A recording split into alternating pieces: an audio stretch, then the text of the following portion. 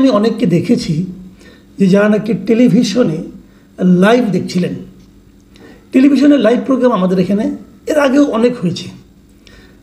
প্রথম দিকে হতো লাইভ খেলা, হতো ফুটবল খেলা অথবা ক্রিকেট খেলা লাইভ দেখানো হতো, মানুষের দেখত। এরপরে বড় বড় রাজনৈতিক ঘটনা সেগুলোও লাইভ হতো।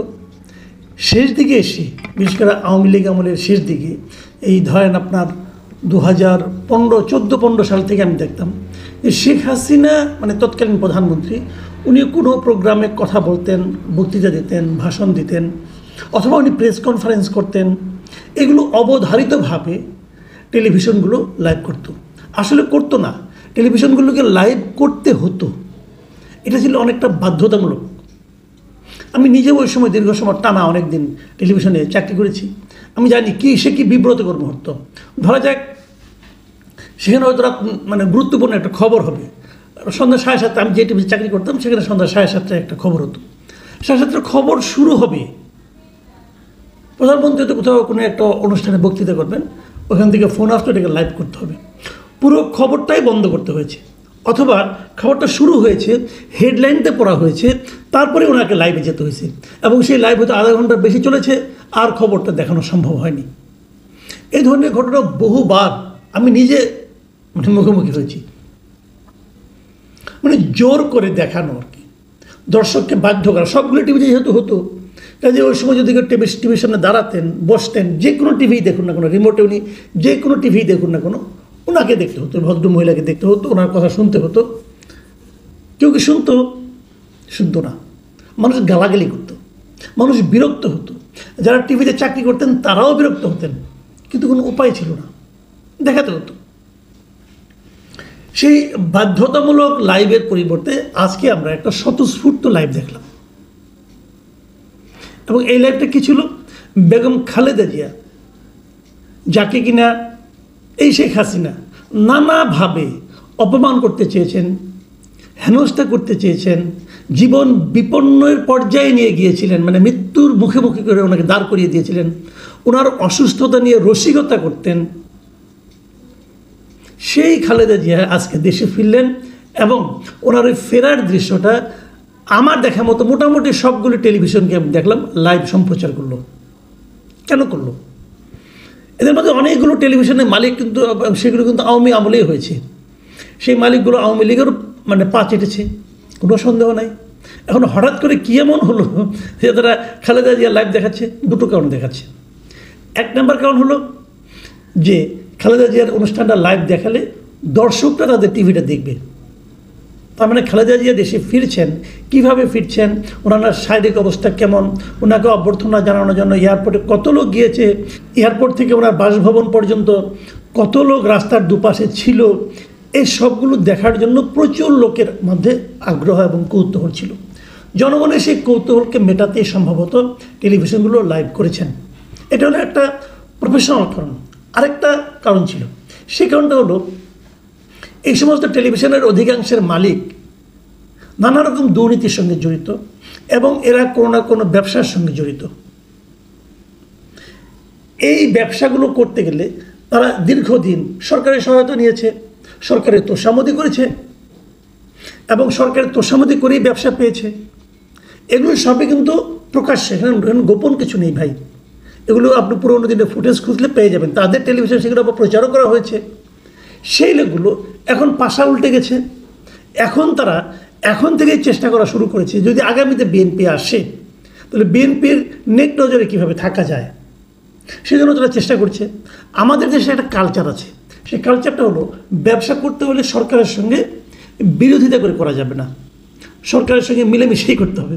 সেই কালচারটা আগামী দিনে অব্যাহত থাকবে এরকম মনে করেই হয়তো তারা এই কাজগুলো করেছে। যাই হোক, তাদের কথা নয় বাদ রাখি, আমি বরং একটু খালেদা জিয়ার কথা বলি।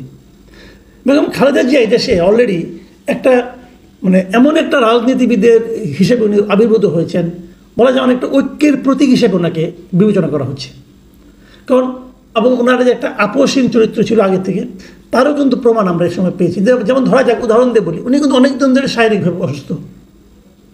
এই সময় ওনাকে বিদেশে পাঠানোর ক্ষেত্রে তৎকালীন সরকারের পক্ষ থেকে নানা ধরনের শর্ত দেওয়া হয়েছিল। নির্বাচনে আসতে হবে। দেখুন, মানুষের কাছে সবচেয়ে প্রিয় কিন্তু তার জীবন, সেই প্রিয় জীবন সেইটাকেও রিস্কে রেখে উনি কিন্তু আপোষ করেননি। মানুষ সবাই বাঁচতে চায়, কিন্তু উনিও বাঁচতে চান নিশ্চয়ই, কিন্তু উনি আপোষ করে বাঁচতেও চাননি। এই যে দৃঢ়তা এই বয়সে এসেও, এটা কিন্তু আমাদের দেশে নজিরবিহীন। কোথায় শেখ হাসিনা তো পালিয়েছেন, শেখ হাসিনা তো হেঁটে হেঁটে যে হেলিকপ্টারে উঠেছেন, না উঠতেই পারতেন, বলতেন আমি যাব না। ওনাকে কি চ্যাংদোলা করে নিয়ে যাওয়া হতো নাকি হয়েছে? কিন্তু উনি কিন্তু মানে আপোষ করেছেন প্রাণ ভয়ে। ওনার যে প্রস্তাব দেওয়া হয়েছিল পালিয়ে গেছেন উনি। খালেদা জিয়া কিন্তু পালিয়ে যাননি। এই জায়গাটাতে পার্থক্য, এটা কিন্তু বুঝতে হবে। এখন এর জন্য আবার আওয়ামী লীগের লোকজন আমাকে বলেন না যে আমি বিএনপি দালালি করছি। দালালি না ভাই, আমি ঘটনা দিয়ে প্রমাণ করছি, ঘটনা দিয়ে প্রমাণ করছি। আপনাদের নেতৃত্বে না পালালেই পারতেন, বলতেন আমি যাবো না, মারলে মারুক। অথবা আর্মিকে বলতে পারতেন তোমরা আমাকে অ্যারেস্ট করো, বলেননি তো। হেলিকপ্টার উঠে সুর করে পালিয়ে গেছেন। তো এই জিনিসটা কিন্তু খালেদা জিয়ার ক্ষেত্রে হয়নি। ওনার চিকিৎসা হচ্ছে না, ওনার ডাক্তাররা বলছেন বাইরে চিকিৎসা প্রয়োজন, এবং বাইরে চিকিৎসা যে প্রয়োজন এটা দিয়ে প্রমাণ হলো। উনি 4 মাস আগে গিয়েছেন কীভাবে আর এলেন কীভাবে? এই 4 মাসে তো ওনার বয়স 4 মাস বেড়েছে ভাই, কিন্তু বয়স বললেও কিন্তু রোগটা বাড়েনি। এবং আমি তো স্পষ্ট দেখলাম হুইল চেয়ারে করে ওনাকে ঠেলে আনা হলো, এবং গাড়ির সামনে আসার পর উনি কিন্তু হেঁটে গাড়িতে উঠলেন। মানে আমি মনে করি শারীরিকভাবে এবং মানসিকভাবে উনি আগের চেয়ে অনেক বেশি স্ট্যাবল। এই একই কথা কিন্তু ওনার যিনি ব্যক্তিগত চিকিৎসক ছিলেন এখানে, ডক্টর AJM জাহিদ হোসেন, উনি নিজেও বলেছেন যে উনি আগের চেয়ে ফিজিক্যালি অ্যান্ড মেন্টালি অনেক বেশি স্ট্যাবল। এই যে স্ট্যাবল, এই বিষয়টাকে, এই কথাটাকে আমি গুরুত্ব দিতে চাই। উনি আসার পর এখন অন্তর্বর্তীকালীন সরকারের সঙ্গে বিএনপির এরই মধ্যে আমরা অনেক বিরোধ দেখেছি। বিএনপির পক্ষে সবগুলি মিটিংয়ে কিন্তু প্রতিনিধিত্ব করেছেন মির্জা ফখরুল ইসলাম আলমগীর।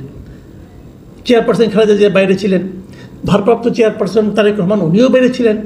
এই সময় উনি এটাকে হ্যান্ডেল করেছেন, এবং ওনাদেরকে আমি বলতে শুনেছি ওনারা সরকারের কিছু কিছু প্রসঙ্গে, বিশেষ করে নির্বাচনের প্রসঙ্গে ওনারা সরকারের উপর আনহ্যাপি, এবং ওনারা বরাবরই বলছেন যে নির্বাচন তারা ডিসেম্বরের মধ্যে দাবি করেন, আর সরকার বলছে ডিসেম্বর থেকে জুনের মধ্যে নির্বাচন হবে আগামী বছরের।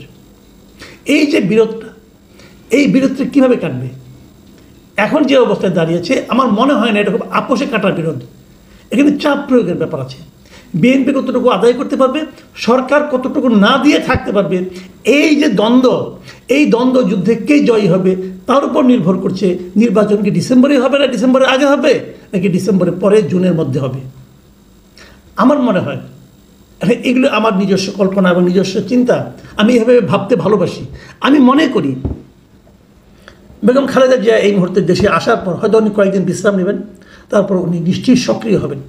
উনি যদি সক্রিয় হন, আজকে কেবল ওনার উপস্থিতিতে যে পরিমাণ লোক হয়েছে, এয়ারপোর্ট থেকে গুলশান ওনার বাড়ি পর্যন্ত আসতে সময় লেগেছে 3 ঘন্টার মতো। ভাবুন একবার, এটা হেঁটে আসলেও 3 ঘন্টা লাগে না। কেন এতক্ষণ সময় লাগলো? কারণ দুপাশে এত জনগণ ছিল। অনেকে তো বলবেন এই জনগণ যখন তাকে জেলে নিয়ে গেল তখন কোথায় ছিল? হ্যাঁ, তখনও অনেক জনগণ ছিল, কিন্তু এত ছিল না। কারণটা হলো এখন বাংলাদেশের মানুষ, এটা স্বাভাবিক ভাই, পৃথিবীর সব দেশে এরকম হয় যে মানুষ যখন বিপদ দেখে তখন বিপদে সবাই এগোতে চায় না, যখন সাফল্য নিশ্চিত থাকে তখনই সবাই অগ্রসর হতে চায়। এখানেও তাই হয়েছে। হয়তো আগে ভয়ে কথা বলেনি, হয়তো ভয়ে হাজির হয়নি, হয়তো ভয়ে পথে নামেনি, তারপরে নেমেছে। যতটা নেমেছে তারা বিপদগ্রস্ত হয়েছে, মামলা হয়েছে, মোকদ্দমা হয়েছে, তারপরও তারা কিন্তু দল ত্যাগ করেনি। এই যে দল ত্যাগ করেনি, এর পেছনে কিন্তু বেগম খালেদা জিয়ার যে অনমনীয় এবং আপোষহীন যে অবস্থান, সেটা যেমন কাজ করেছে, তেমনি কাজ করেছে তাদের নেতা বিদেশে থাকা তারেক রহমানের যে দলকে পরিচালনা করার ক্ষেত্রে, যেটাকে অনেকে বলে যে একনায়কতান্ত্রিক মনোভাব। হতে পারে একনায়কতান্ত্রিক মনোভাব, আমি সেটাও অস্বীকার করি না, কিছু কিছু ক্ষেত্রে তো ছিলই, কিন্তু তারপরেও দূরে থেকে দলকে ঐক্যবদ্ধ রাখার ক্ষেত্রে সেটা কিন্তু একটা পজিটিভ ভূমিকা পালন করেছে, এটা আমি মনে করি। কিন্তু তার মানে এই নয় আপনি একনায়কতান্ত্রিকভাবেই দলটাকে বাকি সময় পরিচালনা করবেন। আমাদের অবশ্যই প্রত্যাশা থাকবে সামনের দিনগুলিতে আমরা দেশে যেমন গণতন্ত্র পাবো, দলেও তেমনি গণতন্ত্র পাবো। সেই প্রত্যাশা কতটুকু মিটবে আমরা জানি না, আমরা প্রত্যাশা করব। কিন্তু আমাদের এই মুহূর্তে প্রত্যাশা থাকবে গণতন্ত্রের প্রথম যে স্তর, একটা নির্বাচন, সেই নির্বাচন, আমরা নির্বাচন দ্রুত চাই, বিএনপি কি চায় না চায় আমার বক্তব্য আমার জানার দরকার নাই। আমি পার্সোনালি নির্বাচন দ্রুত চাই। আমি মনে করি যত দ্রুত সম্ভব এদের সেটা গণতান্ত্রিক প্রক্রিয়া শুরু হওয়া উচিত। এবং গণতান্ত্রিক প্রক্রিয়ার প্রথম ধাপ হচ্ছে নির্বাচন, যে নির্বাচনে প্রত্যেকটা মানুষ ভোট দিতে পারবে এবং তাদের প্রত্যেকটা ভোট গণনায় বিবেচনায় নেওয়া হবে।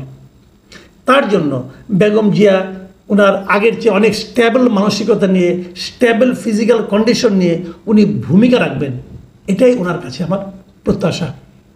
আমি প্রত্যাশা করব আগামী দিনগুলোতে সেই রকম ভূমিকায় আপসহীন খালেদা জিয়াকে আমরা দেখতে পাবো। প্রিয় দর্শক, এখন এ পর্যন্তই। আল্লাহ হাফেজ।